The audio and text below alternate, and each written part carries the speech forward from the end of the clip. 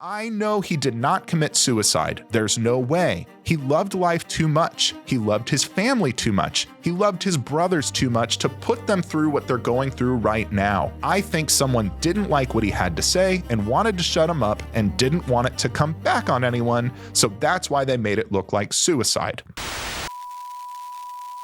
We now have disturbing new details about the Boeing whistleblower John Barnett, who earlier this week was found dead in his truck with a pistol in one hand and a crumbled up piece of paper which some authorities say resembled a note nearby. Now, official reports say that this fatality was self-inflicted, but as you can see from these comments, the internet's not buying it. But apart from the general consensus that Boeing might be behind this, there is a much deeper and much darker story here that's not getting talked about. Not only does this new information show how hostile Boeing is to basic safety measures, but it also shows how desperately Barnett tried to blow the whistle on unsafe planes. And if Boeing had spent as much time listening to John Barnett as they did trying to fight him in court, hundreds of lives could have been saved. This is unfortunately a story about how an all-American manufacturing company switched from being a manufacturer of airplanes to a manufacturer of shareholder value, and any employees who didn't get with the program became a target for retaliation, allegedly. And now we have new witness statements from friends and family close to Barnett who say he knew Boeing might try to silence him before finishing his testimony. First, we'll talk about John Barnett and how he became Boeing's most feared employee. From there, we'll cover his heroic but ultimately unsuccessful attempts to prevent an airborne disaster. We'll recap all the suspicious circumstances around his self-inflicted wounds. And finally, we're gonna figure out where we can go from here. But before we get into it, please don't forget to hit that like and subscribe button for more information about your rights at work and top legal news and stories like this. John Barnett worked for Boeing for nearly 30 years. From 2010 to 2017, Barnett worked as a quality manager. There, he observed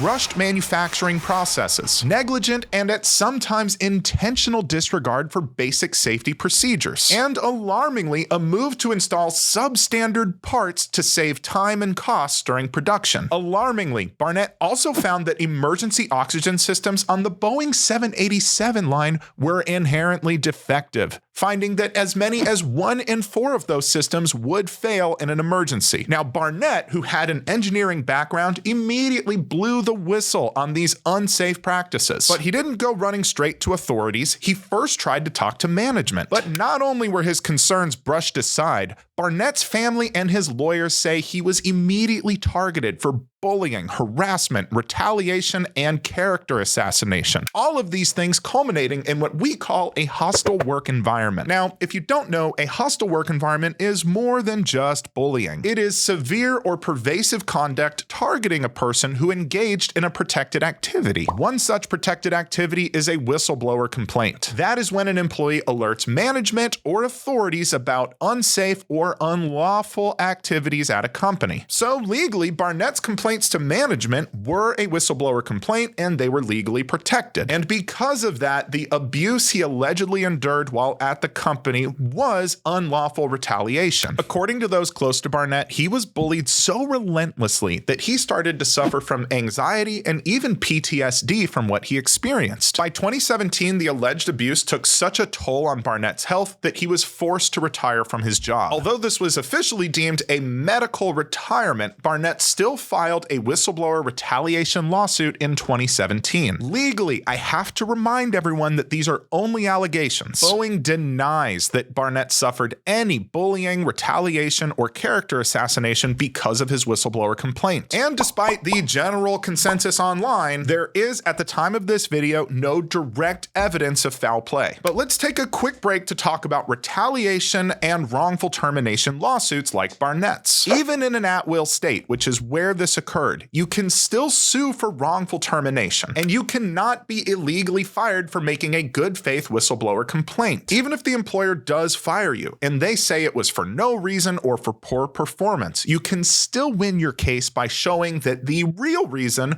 was because you made a whistleblower complaint. But in this case, Barnett was not fired. He resigned. But there's another legal caveat here. When an employee is essentially forced to resign due to intolerable conditions, and they can show that they tried to preserve the employment relationship, they wanted to keep working, and any reasonable person would have felt forced to resign, then they can show constructive wrongful termination. It's not easy to do, but if you show constructive wrongful termination, you can still win a wrongful termination case even if you quit. But speaking of Barnett's resignation in 2017, it's important to note that Boeing took exactly zero action following his whistleblower complaint, and ignoring his safety concerns had catastrophic consequences. On October 29, 2018, a Boeing 737 MAX operated by Lion Air crashed 13 minutes after takeoff, killing 189 people. An investigation revealed the crash was caused by a defect in the aircraft's Maneuvering Characteristics Augmentation System, or MCAS, which, alarmingly,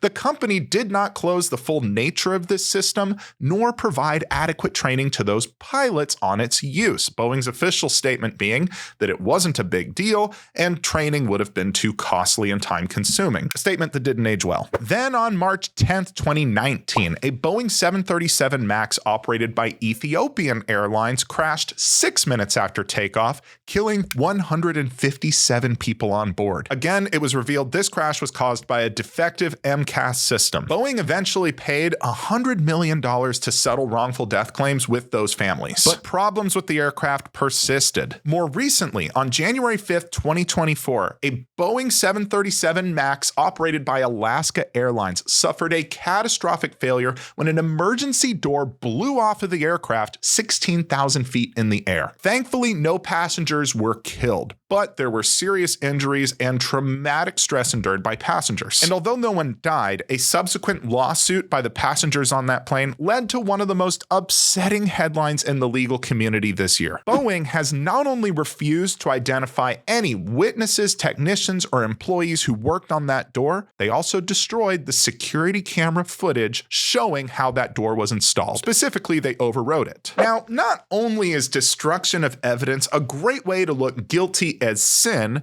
it's also a legal concept we call spoliation. That's when a party willfully, intentionally, or accidentally destroys evidence in a case. It can carry a range of consequences, from monetary sanctions to criminal penalties to a discovery sanction, which can look like a court instructing a jury to assume that the destroyed evidence would have been favorable to the other party and unfavorable to the party who destroyed it. But back to the whistleblower case and John Barnett. John Barnett was staying at a Holiday Inn during a multi-day deposition in a private lawsuit against Boeing. And if you don't know, a deposition is when a witness sits down, gets put under oath, and attorneys ask them questions as if they were on a witness stand. It's part of the discovery process whereby the parties exchange what evidence and testimony there is to prove or disprove claims in the lawsuit. During that first day of depositions, Boeing's attorneys got to go first, and they asked Barnett questions under oath. Now, after that first day of questioning, Barnett's lawyers say he was in high spirits and had dinner at the hotel. They say he showed no signs of mental anguish, depression, or any intention to end his life. Now, Barnett was scheduled to return for another day of deposition testimony, this time being cross-examined by his own lawyers. So it's important to note that on the first day, Boeing got their shot to get testimony on this guy, and on the second day,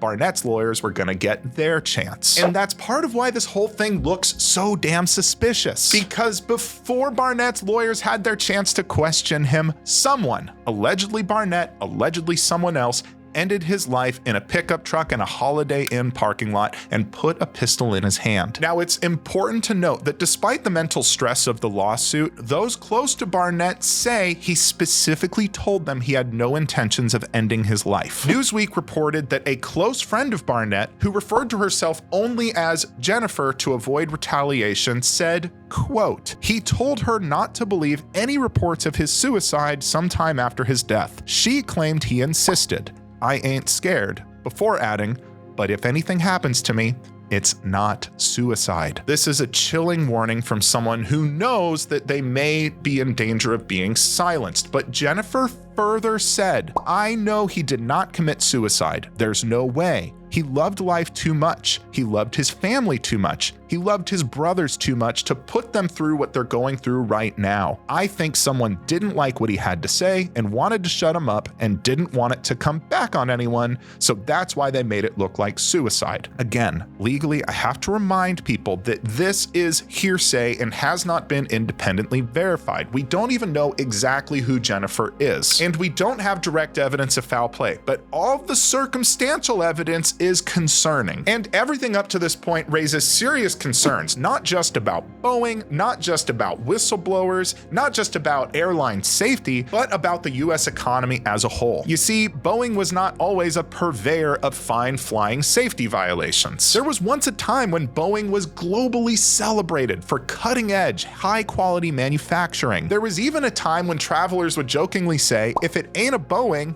I ain't going." But something went terribly wrong in the past 3 decades. This is now my opinion, not necessarily fact, but I believe this is what happens when a company goes too deep in the Wall Street trap. Boeing is not an aircraft manufacturer. It is a stock, and its CEO and its board of directors only care about one thing: creating shareholder value and making that stock price go up. And Boeing is not alone. We are in an economy that rewards cutting corners, shoddy workmanship, and unsafe products because the real customer isn't the customer at all. It is shareholders. So how do we fix this? There was once a time in this country where buying back stocks, that's when a company uses profits to buy its own stock to increase the price, was illegal. Making stock buybacks illegal again might help, but it's not going to fix the underlying problems. How do we motivate companies to prioritize safety and quality over making quick profits? How do we incentivize the hard work of creating new, innovative systems without sacrificing basic safety precautions? And how do we protect whistleblowers and employees like Barnett who are brave enough to raise alarm without getting them eliminated? These are tough questions, and I don't have all the answers, but maybe someone in the comments does. And for a deeper dive on issues like this, don't forget to subscribe to the Working Class Podcast, hosted by me with new episodes every week. I can't take no loss. I don't even know what it costs.